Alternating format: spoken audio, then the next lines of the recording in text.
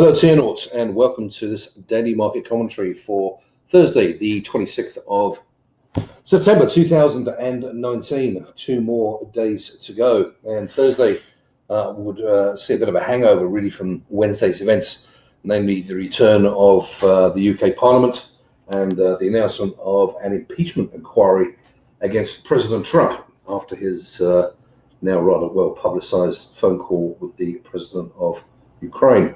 Not the best of days for either the US President or the UK Prime Minister. Sterling's woes continued initially today, trading down to a low of 123.03, which in turn dragged Euro down to a new low of 109.23, which marginally broke the double bottom in place at 109.27, but a bit of an inconclusive break. And both Euro and Sterling would bounce at the beginning of the US day. We saw Euro back to 109.65 and Sterling back up to 123.60. US equity futures had pointed to a marginally higher open, but that never materialized as all three major indices opened lower.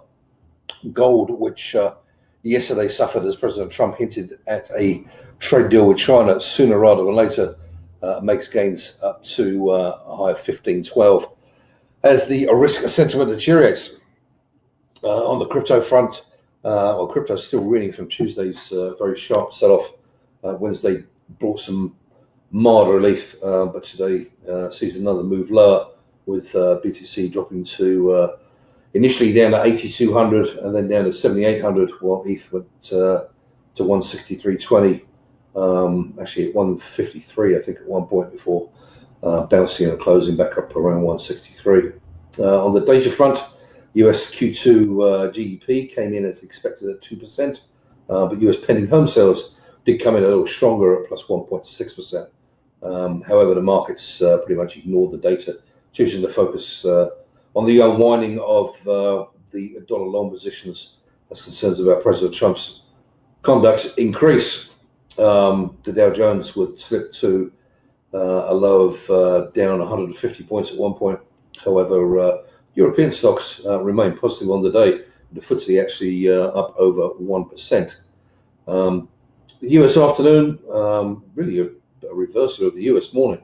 The afternoon saw Euro move down to a new low of 109.09, and we had Sterling back to 123.20, while stocks did make some gains, or some gains back from their original losses, cutting their losses roughly in half by the New York close. The Dow Jones down around about 78 points.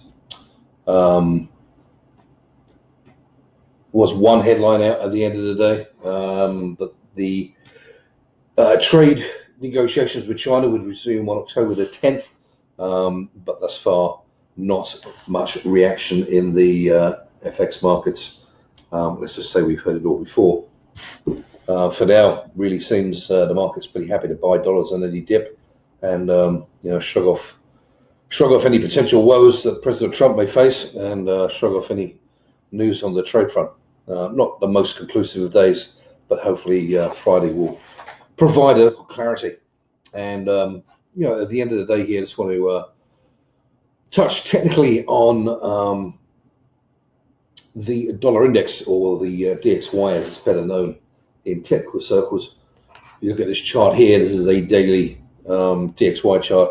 If you go back over a year, obviously you've got this spike higher here, but really going back to the beginning of 2018, we've seen the dollar trending steadily higher, and certainly since June of 2018, we've been in a very steady grind higher in the dollar, and it's interesting because over that time, obviously Mr. Trump has dug a few holes for himself along the way, and apparently continues to do so. We've had the beginnings of a trade war, which is in full flow at the moment. We've also had the Fed starting to cut interest rates, having obviously been in a tightening cycle at the beginning of this uptrend here.